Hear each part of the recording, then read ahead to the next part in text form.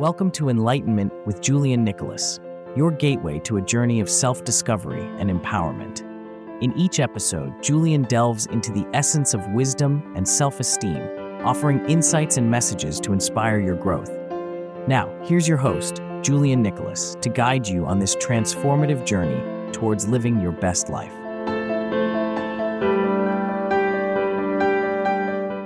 Hello there! I'm very excited for today's episode. If you are a returning listener, welcome back. But if you are a new listener, it is a pleasure to meet you.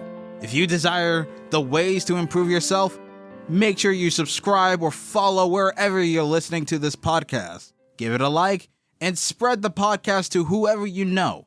By doing that, you become an instant member of the Enlightening Hive Mind, a community of enlightenment listeners who seek nothing more but truth, wisdom, and knowledge. Before we get into this episode, I'd like to update you all on the mental health awareness interview I mentioned in my last episode.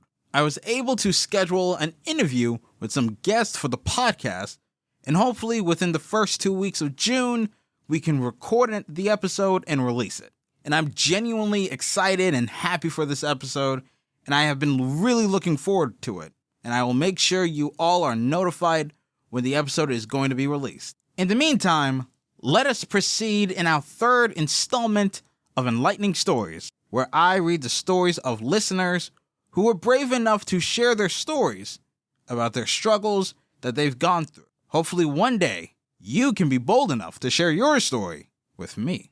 Please do note that the names in this episode, they are not real. These aren't the real names of the people who submitted their stories. This is because I want to protect their identity and their privacy. The names may be fake, but the stories, they're real. Our first story comes from Ezekiel. He writes, I was struggling a lot in 2023. I had a horrible friend group which bullied me a lot. I liked a girl, but she was obviously not interested in me. And it took me so long to really understand that. I was honestly insulted by a lot of people for dressing a bit alternatively, as well as my hairstyle and for listening to metal music, along with other things. Life's tough, but it did get better. But then the girl I had a crush on was getting worse. I was struggling with getting happy from January to September. It took me a very long time to let go of my feelings for her and drop my toxic friend group, since I have known them for 5 years. But there were a few things that genuinely helped me. For me, music is a huge passion of mine, and I have shared for many years, and frankly, it never has been that strong. So what I did when I was down was play the guitar, and it helped me because even if it was short, I could easily escape reality for a few minutes and play my favorite song. Then, during October, I started going to the gym because of how insecure I was with my body. Since then, my life has gotten better. The key for me is to concentrate on myself and do what is good.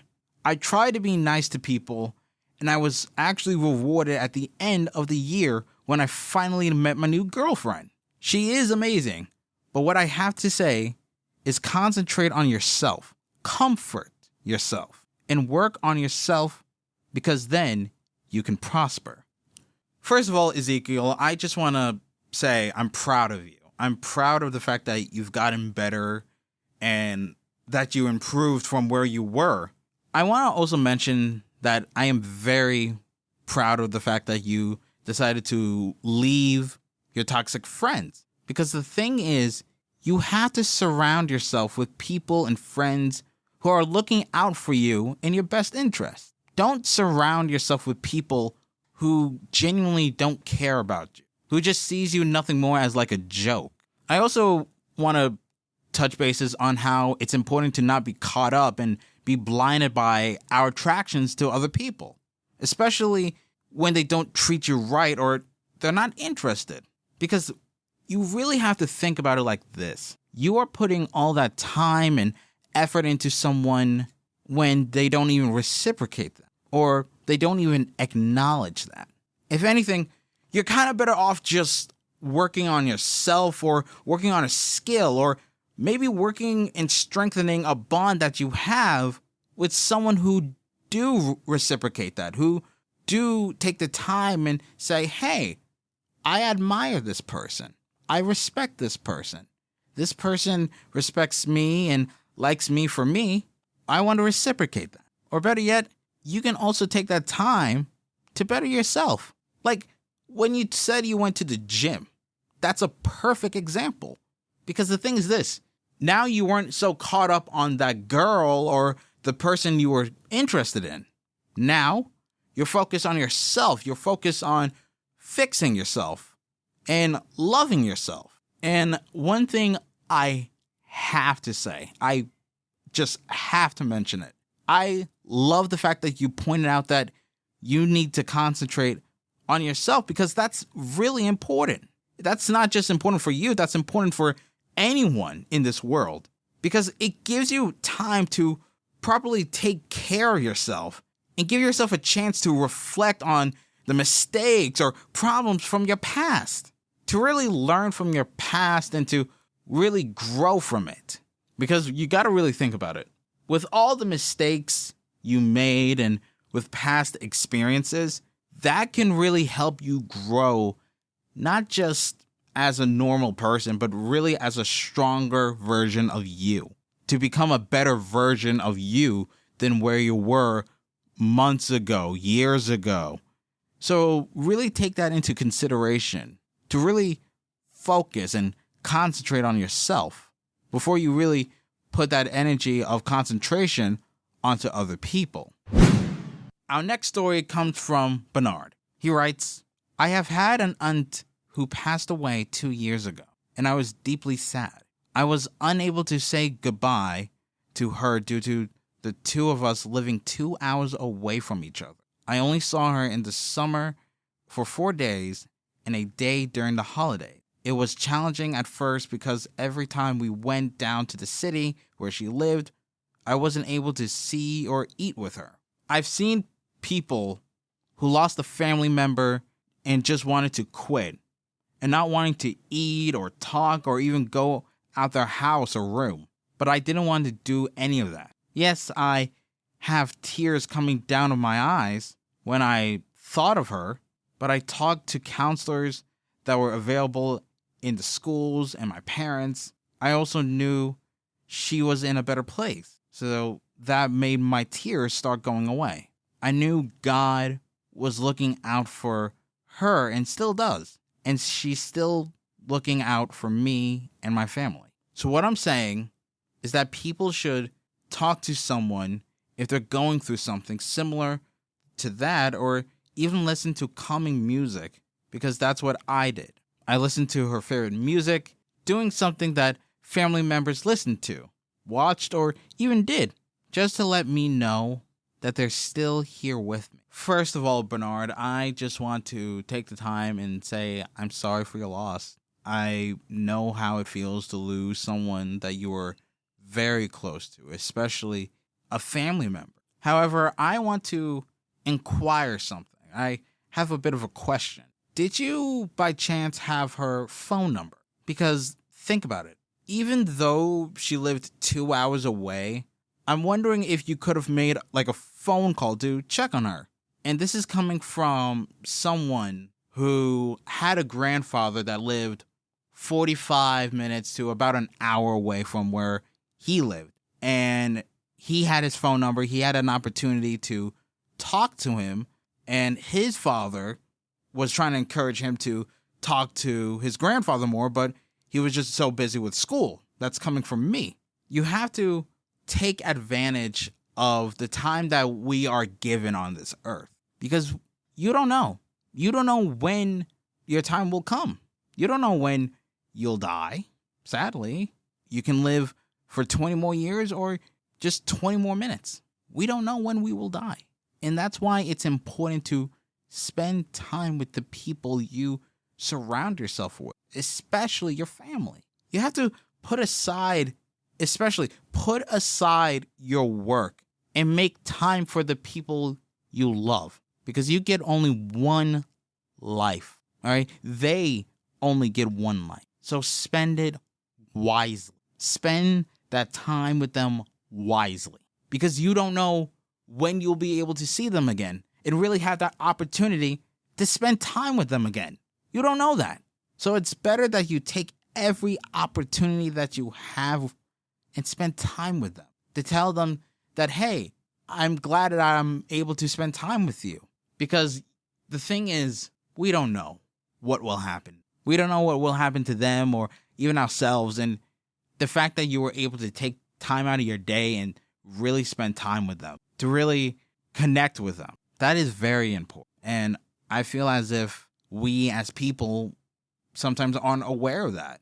We aren't aware of the fact that it's important to really spend time with the people you surround yourself with due to how limited time is. So whoever is listening to this episode, I want you to do me a favor. I want you to spend time with your family. All right. I want you to go out and spend time with a loved one or a friend. And when you're done, I want you to comment on my Instagram page. Send me a message, send me a DM saying, hey, here's something that I did with my family member, or here's something that I did with my friend today.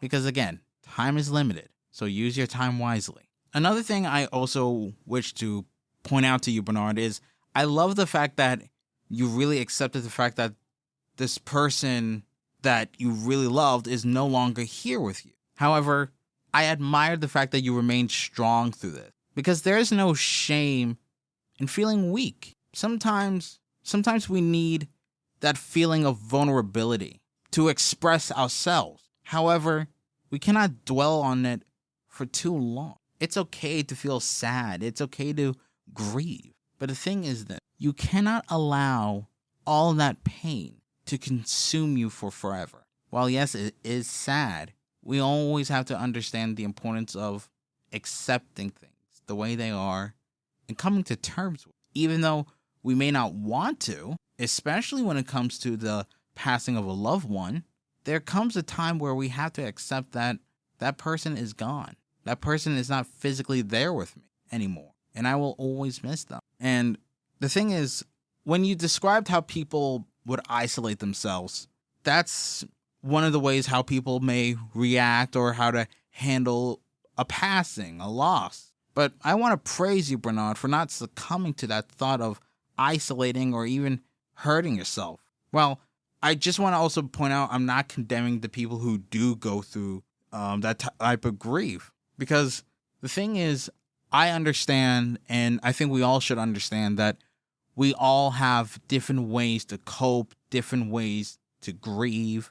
But we also got to understand that there are healthy ways to cope and to grieve, especially for someone that we lost. And one thing I like to encourage, especially, is talk to somebody, whether it's a friend or preferably a family member. The purpose of having someone around you while you're going through this is so that way you won't feel lonely, to where you won't feel isolated while you're trying to grieve at the loss of a family member or a friend or someone you genuinely loved. With someone by your side, you're allowed to grieve with that person and not feel a sense of being lonely, to where you are isolated emotionally. And Bernard, I also want to take the time to say that I understand your pain.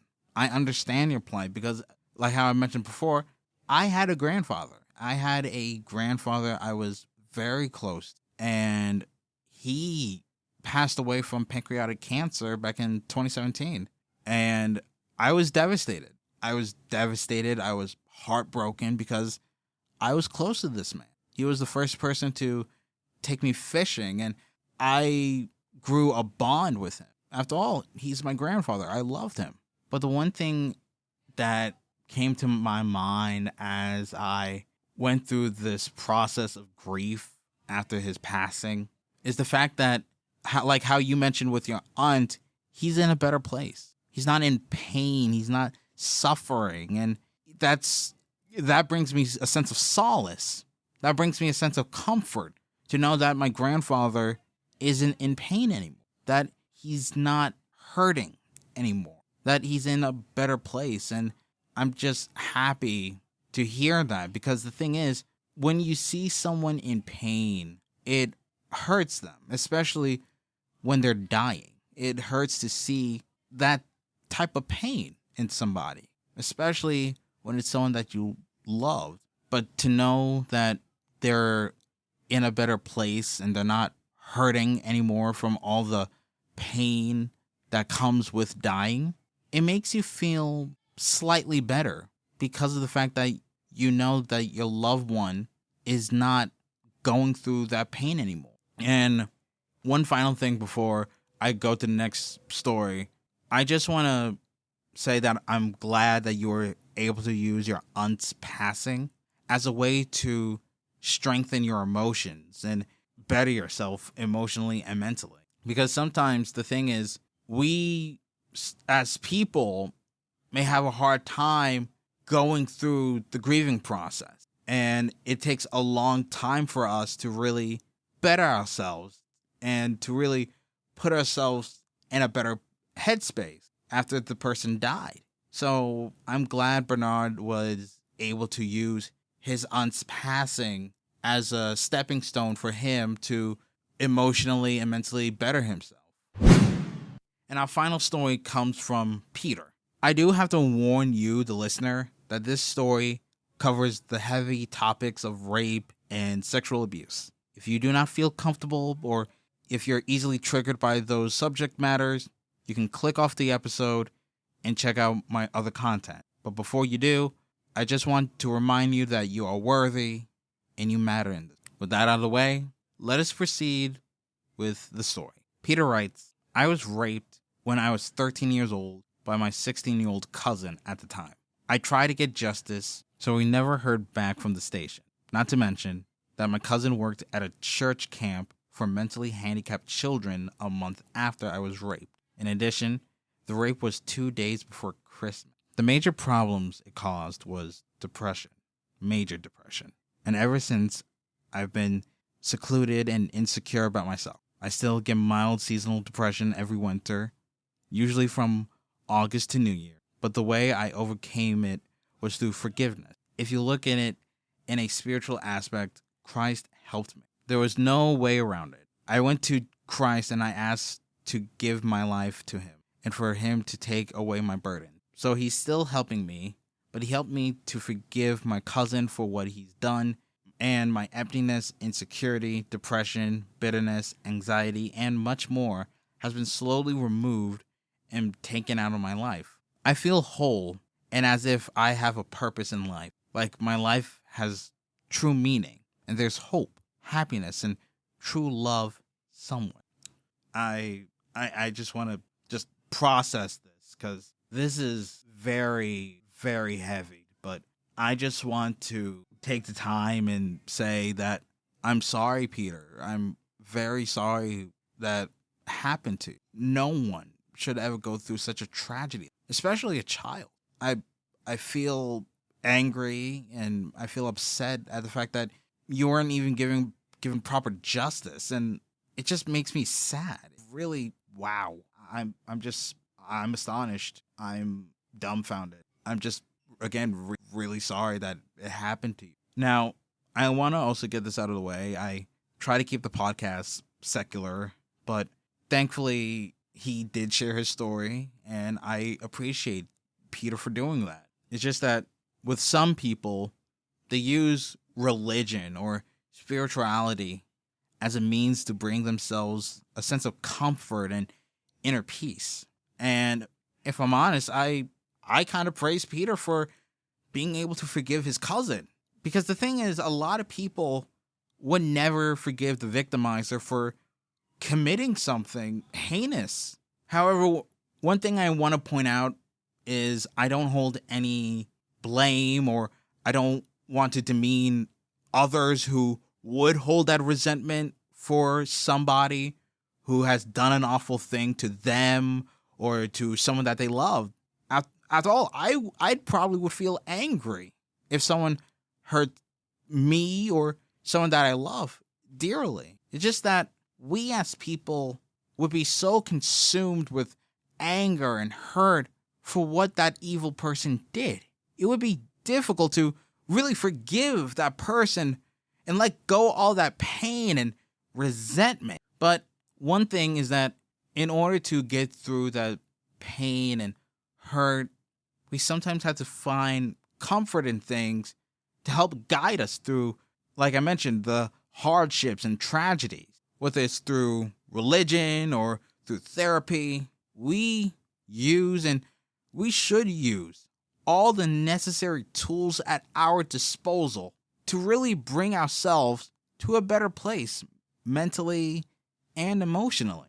And even though this podcast is supposed to help you grow and better yourself as a person and personal development, it is very, very much important to seek a proper network and services. And I thought it would be my duty as someone who is supposed to help better yourself to provide said services so that way you can get the help that you need. One source I like to provide is RAIN, or the Rape, Abuse, and Incest National Network.